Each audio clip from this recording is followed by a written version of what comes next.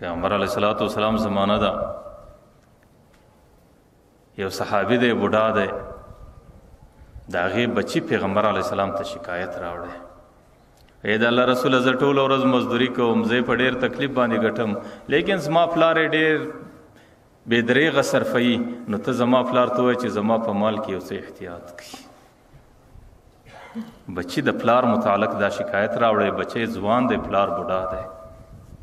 پیغمبر علیه الصلاۃ والسلام ورته ورسه پلار راله راوبوله پلار له چې کله حال رالی په لاره کې را روان دی په لاره کې خبر سو چې زما دا شکایت پیغمبر ته پیش شوی دی د عربو په مزاج کې شاعري وه نو د ځان سره د دې خیالاتو په دنیا کې د تصوراتو په دنیا کې یو څو اشعار وایي یو څه اشعار د ځان سره جوړوي هغه اشعار صرف په تصوراتو کې راګرځي په لاره کې را روان دي چې کله د پیغمبر دربار ته را رسیږي الله تعالی د عرش څخه جبرائیل راوسته ورته پیغمبر ته وایي چې دې سړي ته وایي چې د تصوراتو په خیال کې د کوم اشعار ویل یو غزل هغه اشعار په خوله راته ادا کړه نه دی هغه اشعار غوږو اورېدلي دي نه دی هغه اشعار په ژبه ادا کړي دي صرف په تصوراتو کې دي جوړول هغه اشعار یو ځل په زبان راته ادا کړه د هغې څه وروسته بیا خبره درته کوم چې کله هغه صحابي کښېناستی هغه بوډا کښېناستی نو پیغمبر علیه السلام ورته وایي چې ما ته خو جبرائیل امین وایي چې دی به هغه اشعار چې په تصورات کې جوړ کړي دي هغه اشعار به درته وایي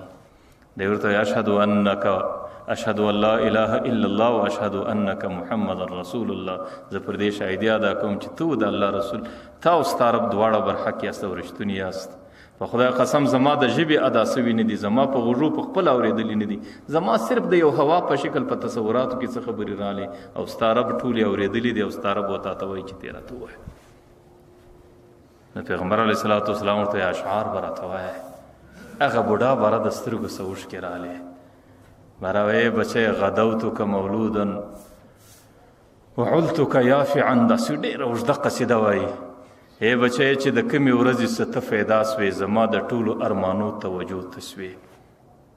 زما ستا سره توقعات بسته سو زما ستا سره ارمانونه سو او زما د زندګۍ د ټولې توجه مرکز ته سوې ما ستا د پاره خوارۍ کښلې ما ستا د پاره راجمع کولې او ما ستا د پاره د زندګۍ توشې برابرولې بچی ستاسو د ګرمۍ د حفاظت په خاطر ما خپل اډونه وسوځل او ستاسو د یخنۍ د حفاظت په خاطر باندې ما خپل ځان د تباهۍ سره مخامخ کړ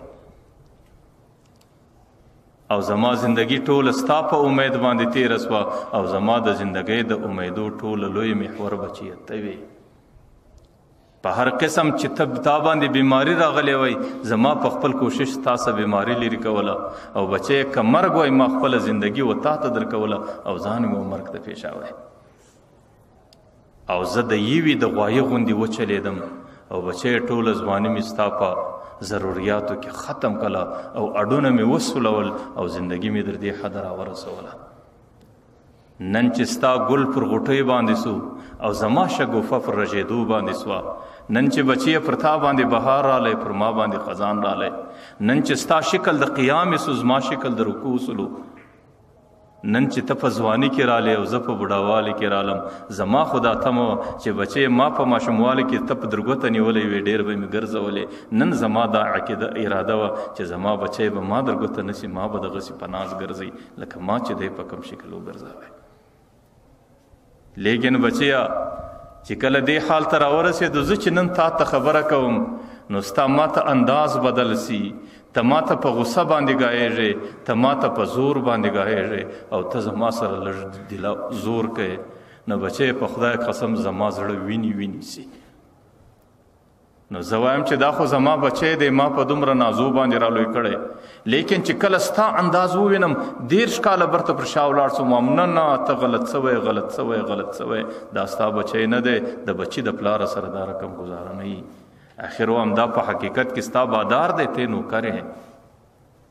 ځکه بادار او مالک د خپل نوکر سره چې هر څنګه گزاره کوي هغه به کوي نو ځکه زما بچی زما سره هغسې گزاره کوي اخر ورته بچی دا تمه خو نه لرم چې زه ستا پلار یم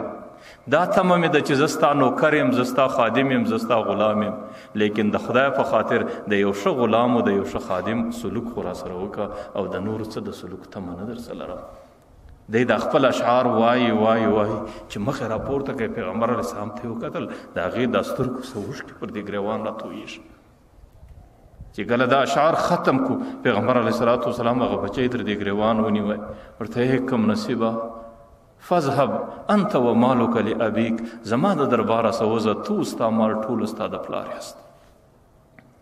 نه ته د پلار په حق کې څه لرې نن بچی وایي او پلار دې و ما ته بیش راکړي زه ورته وایم کم نصیبه ته خو لږ شریعت و دین وګورم او تا مسلمانان ته د پلاره څه حق لرې ته ټوله د پلار ستا ګټه ټوله د پلار ده ستا دنیا ټوله د پلار ده ستا آمدنی ټوله د پلار ده ستا زندگی ټوله د پلار ده ته د پلار یو مزدور یې ته د پلار یو خادم یې ستا د پلار په مال کې د یو بیشته حق نشته